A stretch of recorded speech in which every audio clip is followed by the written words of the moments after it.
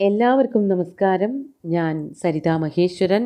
ഇന്ന് ശ്രീമദ് വാൽമീകി രാമായണത്തിൻ്റെ ബാലകാണ്ഡത്തിലെ 2ാമത്തെ സർഗത്തിൽ 8 മുതൽ 13 വരെയുള്ള ശ്ലോകങ്ങളാണ് നമ്മൾ പഠിക്കാൻ പോകുന്നത്. ഈ എല്ലാ ശ്ലോകങ്ങളിലും തന്നെ അനുഷ്ടുപ്പ് വൃത്തമാണുള്ളത്. വാൽമീകിയും ശിഷ്യനായിട്ടുള്ള ഭരദ്വാജനും കൂടി ചേർന്ന് താമസാ നദിയുടെ തീരത്തേക്ക് വന്നു. നദിയിലെ ശുദ്ധമായിട്ടുള്ള വെള്ളം കണ്ടപ്പോൾ മുനിക്ക് അതിലൊന്ന് മുങ്ങിക്കുളിക്കണം എന്ന് തോന്നി. അങ്ങനെ ശിഷ്യനോട് വൽക്കലവും കുടവും ഒക്കെ അവിടെ വച്ചോളാൻ പറഞ്ഞ് അതിനുശേഷം എന്താ ഉണ്ടായത് എന്ന് പറയാണ്. അതൊക്കെ കൊടുത്തു. എന്നിട്ട് ആ കൊടുക്കണ കഥയാണ് ഇവിടെ പറയണത്. സശിഷ്യഹസ്താദായ വൽക്കലം നിയതേന്ദ്രിയ വിചചാരച പശ്യം സർവതോ വിപുലം വനം. അങ്ങനെ ആ ഗുരു ശിഷ്യൻ്റെ കയ്യിൽ നിന്ന് വൽക്കലമൊക്കെ വാങ്ങിച്ചു വച്ചിട്ട് സ ശിഷ്യഹസ്താത് സ നിയതേന്ദ്രിയ, ആ നിയതേന്ദ്രിയനായിട്ടുള്ള എല്ലാ ഇന്ദ്രിയങ്ങളും അടക്കി ഒതുക്കി വച്ചവനാണ് വാൽമീകി എന്ന് തന്നെയാണ് വർണ്ണിക്കുന്നത്. എന്നിട്ടും ചിലതൊക്കെ സംഭവിച്ചു. അവിടേക്കാണ് നമ്മൾ പോണത്. വളരെ നിയതമായ, വളരെ ഒതുക്കി വച്ചതായ, നിയന്ത്രിച്ചതായ ഇന്ദ്രിയങ്ങളോട് കൂടിയവനായ ആ ഗുരുവാകട്ടെ ശിഷ്യഹസ്താത്, ശിഷ്യൻ്റെ കയ്യിൽ നിന്നും വൽക്കലമാതായ, വൽക്കലം മരവുരി ഒക്കെ വാങ്ങിച്ചു വച്ചിട്ട് സർവതോ വിപുലം വനം തത് പശ്യൻ വിചചാര, ചുറ്റുപാടുമുള്ള നല്ല ഇടതിങ്ങിയ കാടും നോക്കിക്കൊണ്ട് കുറച്ച് നേരം അവിടെയൊക്കെ ചുറ്റിക്കറങ്ങി നടന്നു. ശരിക്കും അവിടെ ചുറ്റിക്കറങ്ങി വനത്തെ നോക്കി കണ്ടു എന്നോ അവിടെ കറങ്ങി നടക്കേണ്ട കാര്യമൊന്നും ഇല്ല.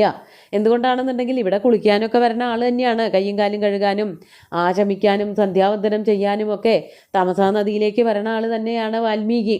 പിന്നെ എന്തുകൊണ്ടാണ് ഇന്ന് ഇങ്ങനെയൊക്കെ സംഭവിച്ചതെന്നാണെങ്കിൽ ഇനിയും ചെയ്തു തീർക്കാനായിട്ട് കുറച്ച് കാര്യങ്ങളുണ്ടല്ലോ.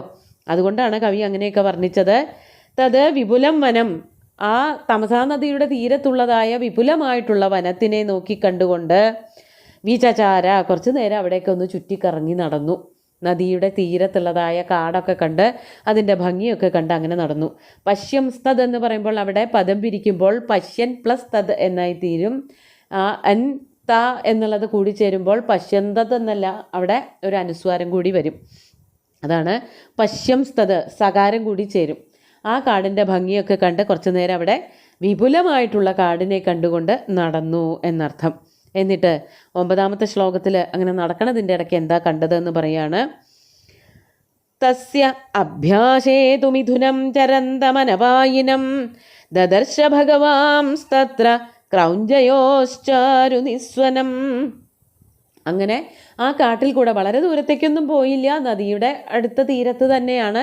അവിടെയൊക്കെ നടന്നപ്പോൾ തസ്യ അഭ്യാസേ, തസ്യ എന്ന് പറഞ്ഞാൽ തസ്യ തമസാ നദീതീരസ്യ അഭ്യാസേ, ആ നദീതീരത്തിൻ്റെ തൊട്ടടുത്ത് തന്നെ, അധികം ദൂരത്തേക്കൊന്നും പോയില്ല. ചരന്തം അനപായിനം, അങ്ങനെ നടന്നപ്പോൾ അവിടെ തത്തിക്കളിച്ച് നടക്കുന്നവരായ, അതാണ് ചരന്തം. അനപായിനം മിഥുനം, അനപായിനം എന്ന് പറഞ്ഞാൽ മറ്റ് പാപശങ്കകളോ അല്ലെങ്കിൽ അവിടെ ആരെങ്കിലും ആക്രമിക്കാനുണ്ടോ എന്നൊന്നും ഒട്ടും തന്നെ സംശയിക്കാത്ത, ആപത്തൊന്നും തന്നെ ഭയക്കാത്തവയായ 2 പക്ഷികളെ, മിഥുനം.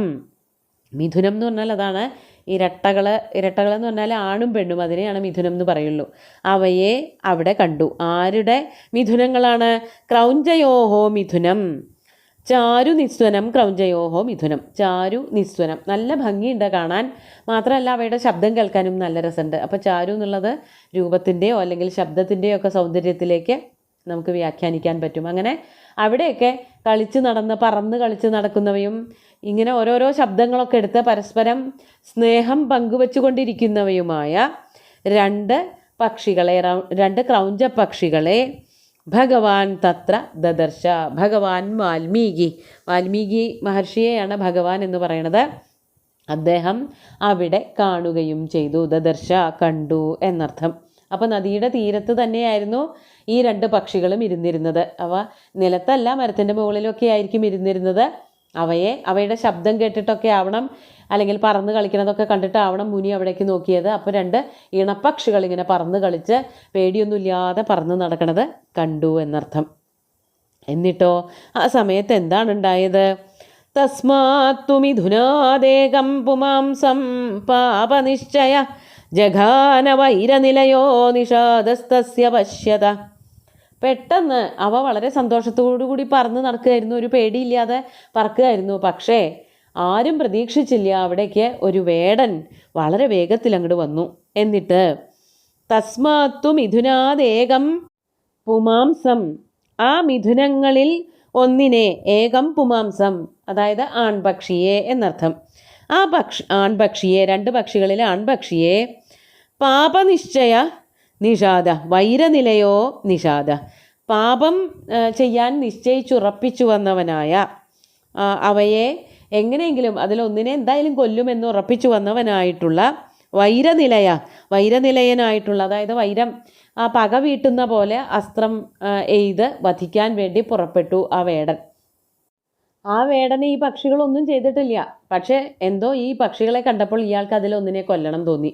അതുകൊണ്ടാണ് വൈരനിലയം, ഉള്ളിൽ ഒരു പക തോന്നിയിട്ടോ ഒരു സുഖല്യായ തോന്നിയിട്ടോ എന്ന മട്ടിൽ, അതൊക്കെ നമുക്ക് വേറൊരു അർത്ഥത്തിലേക്ക് കൂടിയിട്ട് വ്യാപിപ്പിക്കാൻ പറ്റും. അതുകൊണ്ടാണ് വൈരനിലയ എന്നുള്ള വാക്കൊക്കെ ഉപയോഗിച്ചിരിക്കുന്നത്. അങ്ങനെയുള്ളതായ നിഷാദൻ, ഒരു കാട്ടാളൻ വന്ന് തസ്യ പശ്യത, അവിടെ സതിസപ്തമിക്ക് പകരം അനാദരേ ഷഷ്ഠിയാണ്. ആ വാൽമീകി മഹർഷി നോക്കിക്കൊണ്ട് നിൽക്കുമ്പോൾ തന്നെ ഏകം ജഘാന, ആ മിഥുനങ്ങളിലൊന്നിനെ അമ്പെയ്ത് വധിക്കുകയും ചെയ്തു. ശരിക്കും മുനേഹേ പശ്യതഹ എന്നല്ല പറയേണ്ടത്, നല്ല അർത്ഥത്തിലാണ് പറയണതെങ്കിൽ സതിസപ്തമി പ്രയോഗിക്കുള്ളൂ. ഇവിടെ ഒരു ചീത്ത അർത്ഥമാണ്, വധിക്കുകയാണ് ചെയ്തത്. അതുകൊണ്ടാണ് അനാദരെ ഷഷ്ഠി പ്രയോഗിച്ചിരിക്കുന്നത്.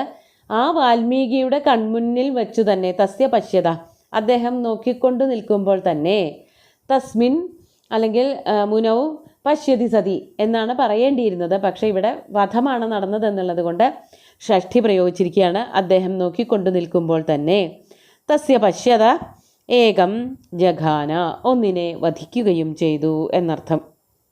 അപ്പോൾ എന്താ പിന്നുണ്ടാവുക? ഒരസ്ത്രം പ്രയോഗിക്കുമ്പോൾ ആ കളിച്ച് പറന്ന് നടക്കുന്ന മരത്തിൻ്റെ കൊമ്പത്തിരുന്നിരുന്ന പക്ഷികളിലൊന്ന് താഴേക്ക് വീഴുകയാണ് ചെയ്യുക. അതാണ് അടുത്ത ശ്ലോകത്തിൽ പറയണത്. 11ാമത്തെ ശ്ലോകം നോക്കൂ. തം ശോണിതപരീതാംഗം ജ്യേഷ്ഠമാനം മഹീതലേ ഭാര്യാതു നിഹതം ദൃഷ്ട്വാരുരാവ കരുണാം ഗിരം. അങ്ങനെ അസ്ത്രം കൊണ്ട ഉടനെ തന്നെ ആ പക്ഷി താഴത്തേക്ക് വീഴുകയാണ്.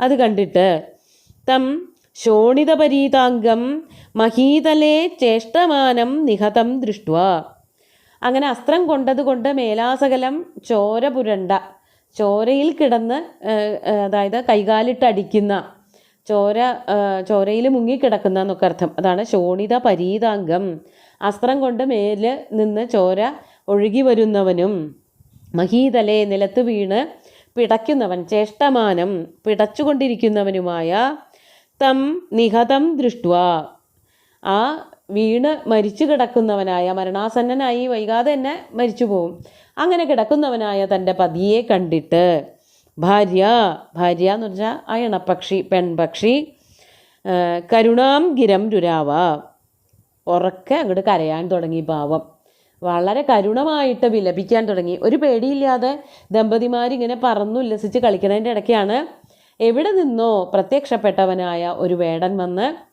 അതിൽ ആൺപക്ഷിയെ അസ്ത്രമെയ്ത് കൊന്നത്. അതോടുകൂടിയിട്ട് എന്തുണ്ടായി? ആൺപക്ഷി നിലത്ത് വീണ് പിടഞ്ഞ് മരണാസന്നനായി മരിക്കുകയും ചെയ്തു. അത് കണ്ട് ആ പെൺപക്ഷി ഉറക്കെ കരയാൻ തുടങ്ങി. കരുണം, ഉറക്കെ കരയാന്നുള്ളതിനേക്കാൾ കൂടുതൽ എല്ലാവരെയും വിഷമിപ്പിച്ചുകൊണ്ട് കരയാൻ തുടങ്ങി. കരുണാം ഗിരം രുരാവ, കരുണാം എന്ന ഗീ എന്നുള്ള വാക്ക് സ്ത്രീലിംഗ പദമാണ്. അതുകൊണ്ട് വളരെ സങ്കടത്തോടു കൂടിയിട്ട് കരയാൻ തുടങ്ങി. അത് കാണുന്നവർക്ക് തന്നെ വളരെ വിഷമമുണ്ടാക്കുന്ന വിധത്തിലായിരുന്നു ആ കാഴ്ച. രുരാവ എന്ന് പറഞ്ഞാൽ ഒച്ച ഉണ്ടാക്കുക, ഭയങ്കരമായിട്ട് കരയാൻ തുടങ്ങി എന്നർത്ഥം. എന്നിട്ട് എന്ത് കണ്ടിട്ട്, അല്ലെങ്കിൽ ആ പക്ഷി എന്തുകൊണ്ടാണ് കരഞ്ഞത് എന്നുള്ളത് വാൽമീകി ഒന്നുകൂടി പറയാണ്.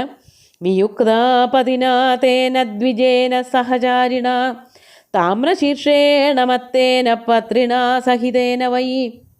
അത്രയും നേരം ആ സുന്ദരനായിട്ടുള്ള പക്ഷിയോട് കൂടി ഒരുമിച്ചിരിക്കുകയായിരുന്നുവല്ലോ. അതാണ് പതിനാ സാ വിയുക്ത, അവളുടെ ഭർത്താവിൽ നിന്ന് വേർപെട്ടു പോയി. പെട്ടെന്നൊരു അസ്ത്രപ്രയോഗം കൊണ്ട് ആ ആൺപക്ഷി മരിച്ചുപോയി. അപ്പോൾ പെട്ടെന്നാണ് വൈധവ്യം എന്ന് സംഭവിച്ചത്. അവരുടെ ഇടയിൽ ഭാര്യയെന്നോ പതിയെന്നോ ഭർത്താവെന്നോ വൈധവ്യം എന്നൊന്നും പറയാൻ പാടില്ലെങ്കിലും ഈ ഒരു സന്ദർഭത്തിൽ നമുക്കതൊക്കെ പറയേണ്ടതായിട്ട് വരികയാണ്, ആ പക്ഷിയുടെ ദുഃഖമൊക്കെ വർണ്ണിക്കുന്നത് കൊണ്ട്. തേന സഹചാരിണ ദ്വിജേന, തൻ്റെ കൂടെ അത്ര നേരം പറന്ന് കളിച്ചിരുന്ന തൻ്റെ ആ കാന്തനായിട്ടുള്ള ആ പക്ഷിയിൽ നിന്ന് വേർപാട് അനുഭവിച്ചവളായ ആ പെൺപക്ഷി. മാത്രമല്ല ആ ആൺപക്ഷി എങ്ങനെയൊക്കെയുള്ളതായിരുന്നു? താമ്രശീർഷേണ മത്തേന പത്രിണ സഹിതേന വൈ. താമ്രശീർഷം, നല്ല ചുവന്ന തലയെടുപ്പുള്ളൊരു പക്ഷിയായിരുന്നു. അതുപോലെ തന്നെ ഈ പെൺപക്ഷിയോട് അത്യധികം സ്നേഹം ഉള്ളവനായിരുന്നു, കാമവാനായിരുന്നു. അതോടൊപ്പം തന്നെ വളരെ ചേർന്നിരിക്കുകയായിരുന്നു. മരക്കൊമ്പത്ത് ഒരുമിച്ചിരിക്കുക, ഒരുമിച്ച് പറന്ന് കളിക്കുക, പട്ടപട്ടയെന്ന ശബ്ദത്തിൽ ഇങ്ങനെ പറക്കുക, കൂടി വന്നിരിക്കുക. അവരുടെ ഏറ്റവും പ്രിയപ്പെട്ട സുന്ദരമായിട്ടുള്ള നിമിഷങ്ങളായിരുന്നു. ആ നിമിഷത്തിൽ പെട്ടെന്നാണ് ഇതൊക്കെ സംഭവിച്ചത്. അതിൽ ആൺപക്ഷി മരിച്ചുപോയത്. അത്രയും ഇഷ്ടപ്പെട്ടവനായ ആ പതിയിൽ നിന്നും അവൾ വേർപെട്ടുപോയി. അങ്ങനെ സുന്ദരനായിട്ടുള്ള ഒരു ആൺപക്ഷി അവളിൽ നിന്ന് വേർപെട്ടുപോയി, മരിച്ചുപോയി. അതുകൊണ്ട് ആ പെൺപക്ഷി ഉറക്കെ ഉറക്കെ കരയാൻ തുടങ്ങി. അത് കണ്ടിട്ട് എന്താണ് സംഭവിച്ചതെന്ന് പറയാണ്. 13ാമത്തെ ശ്ലോകം കൂടി നോക്കാം. തഥാവിധം ദ്വിജം ദൃഷ്ട്വാ നിഷാദേന നിപാതിതം ഋഷേർധർമാത്മനസ്തസ്യ കാരുണ്യം സമപദ്യത. അങ്ങനെ ഇതൊക്കെ കണ്ടുകൊണ്ട് നിൽക്കുകയാണ് വാൽമീകി എന്ന് പറഞ്ഞുവല്ലോ. വാൽമീകിയുടെ കൺമുമ്പിൽ വെച്ചിട്ട് തന്നെയാണ് നിഷാദൻ ഇങ്ങനത്തെ ഒരു പ്രവൃത്തിയൊക്കെ ചെയ്തത്. അയാൾ എന്തൊരു മര്യാദ കെട്ട ആളാണ്. സാധാരണഗതിയിൽ ഇങ്ങനെ ഒരു മുനിയൊക്കെ നിൽക്കുന്നുണ്ടെങ്കിൽ ഇത്തരത്തിലുള്ള ക്രൂരമായിട്ടുള്ള പ്രയോഗങ്ങളൊന്നും ആരും ചെയ്യാറില്ല. അത്രയ്ക്ക് പോലും പകതിരിവില്ലാത്ത ക്രൂരനായിട്ടുള്ളൊരു നിഷാദൻ. അതാണ് ഇവിടെ പറയണത്. അങ്ങനെ ആ വാൽമീകിക്ക് എന്താ സംഭവിച്ചതെന്ന് പറയാണ്. നിഷാദേന നിപാതിതം തഥാവിധം ദ്വിജം ദൃഷ്ട്വാ. ആ കാട്ടാളനാൽ കൊല്ലപ്പെട്ട, അസ്ത്രമെയ്ത് കൊല്ലപ്പെട്ടവനായ, താഴെ വീണ് കരഞ്ഞ് വിലപിക്കുന്നവനായ, മരിച്ചു അങ്ങനെ കിടക്കുന്നവനായ തം ദ്വിജം. ദ്വിജം എന്നുള്ളത് കൊണ്ട് പക്ഷി എന്നാണ് അർത്ഥം. 2 തവണ ജന്മമുള്ളവൻ, അണ്ഡരൂപത്തിൽ, മുട്ടയുടെ രൂപത്തിൽ ജനിക്കുക, അതിൽ നിന്ന് പക്ഷിയായിട്ട് പുറത്തു വരിക എന്നുള്ളത് കൊണ്ട് ദ്വിജം എന്ന പക്ഷിയെ പറയാറുണ്ട്, പല്ലിനെ പറയാറുണ്ട്, അതുപോലെ ബ്രാഹ്മണനെ പറയാറുണ്ട്. അപ്പോൾ ആ പക്ഷിയെ കണ്ടിട്ട് ദ്വിജം തഥാവിധം ദൃഷ്ട്വാ ധർമാത്മനഃ തസ്യ ഋഷേഹേ കാരുണ്യം സമപദ്യത. വളരെ ധർമാത്മാവായിട്ടുള്ള, അത് എടുത്തു പറയുന്നുണ്ട്. ആദ്യവും പറഞ്ഞു, ഇന്നലത്തെ ശ്ലോകത്തിലും പറഞ്ഞിരുന്നു ധർമാത്മാവാണെന്ന്. അങ്ങനെ ധർമാത്മാവായിട്ടുള്ള ആ മഹാമുനിയുടെ മനസ്സിൽ കാരുണ്യം വന്നു നിറഞ്ഞു. കാരുണ്യം സമപദ്യത. തനിക്ക് എന്തെന്നില്ലാത്തൊരു വിഷമം, അത് ആ സമയത്ത് തോന്നേണ്ട കാര്യമില്ല, കാട് ചുറ്റിക്കറങ്ങേണ്ട കാര്യമില്ല, കുളിച്ചിട്ട് തിരിച്ച് വേഗം ആശ്രമത്തിലേക്ക് ശിഷ്യൻ്റെ കൂടെ അങ്ങോട്ട് പോയാൽ മതിയായിരുന്നു. പക്ഷെ അതൊന്നും അല്ല യോഗം. അതുകൊണ്ട് ഈ കാഴ്ചയൊക്കെ കണ്ടപ്പോൾ തൻ്റെ മുമ്പിൽ വെച്ച് ഇങ്ങനെ ഒരു പക്ഷിക്ക് ഒരു അമ്പ് കൊണ്ടിട്ടത് വീണ് മരിച്ചു പോയതൊക്കെ കണ്ണുകൊണ്ട് കാണേണ്ടി വന്നതിൻ്റെ ആ ദുഃഖത്തോട് കൂടിയിട്ട് മുനിയുടെ മനസ്സിൽ സങ്കടം വന്നങ്ങട് തളം കെട്ടി നിന്നു. അതിനുശേഷം എന്തൊക്കെയാണ് സംഭവിച്ചത് എന്നുള്ളത് അടുത്ത ദിവസം നമുക്ക് നോക്കാം. ഇന്നത്തെ ശ്ലോകങ്ങൾ ഒന്നുകൂടി ചൊല്ലി നോക്കാം. സശിഷ്യഹസ്താദായ വൽക്കലം നിയതേന്ദ്രിയ വിചചാരഃ പശ്യംസ്തത്സർവതോ വിപുലം വനം തസ്യാഭ്യാസേ തു മിഥുനം ചരന്തമനപായിനം ദദർശ ഭഗവാംസ്തത്ര ക്രൗഞ്ജയോശ്ചാരുനിസ്വനം തസ്മാത്തു മിഥുനാദേകം പുമാംസം പാപനിശ്ചയ ജഘാനവൈരനിലയോ നിഷാദസ്തസ്യ പശ്യത തം ശോണിതപരീതാംഗം ചേഷ്ടമാനം മഹീതലേ ഭാര്യാ തു നിഹതം ദൃഷ്ട്വാരുരാവ കരുണാം ഗിരം വിയുക്താ പതിനാതേന ദ്വിജേന സഹചാരിണ താമ്രശീർഷേണ മത്തേന പത്രിണാ സഹിതേന വൈ തഥാവിധം ദ്വിജം ദൃഷ്ട്വാ നിഷാദേന നിപാതിതം ഋഷേർധർമാത്മനസ്തസ്യ കാരുണ്യം സമപദ്യത. 13ാമത്തെ ശ്ലോകത്തിൽ ദ്വിജം എന്ന് പറഞ്ഞു. 12ാമത്തെ ശ്ലോകത്തിലും പറയുന്നുണ്ട് തേന സഹചാരിണ ദ്വിജേന വിയുക്ത. അവിടെയും ദ്വിജം എന്നുള്ളതിന് പക്ഷി എന്ന് തന്നെയാണ് അർത്ഥം. കൂട്ടുകാരനായിട്ടുള്ള പക്ഷിയിൽ നിന്നും വേർപെട്ടു ആ പെൺപക്ഷി. ഇതൊക്കെ കൂടി കണ്ടിട്ട്, ആ പക്ഷിയുടെ അവസ്ഥയൊക്കെ കൂടി കണ്ടിട്ട് മുനിയുടെ മനസ്സിൽ കാരുണ്യം വന്ന് തളം കെട്ടി എന്നാണ് പറയണത്. ഈ ശ്ലോകങ്ങളെല്ലാം തന്നെ ഭഗവാൻ ശ്രീരാമചന്ദ്രൻ്റെ കാൽക്കൽ അർപ്പിച്ചുകൊണ്ട് ഗുരുവായൂരപ്പനെ സാഷ്ടാംഗം നമസ്കരിച്ചുകൊണ്ട് എല്ലാവർക്കും ശുഭദിനം നേർന്നു നിർത്തട്ടെ. നന്ദി.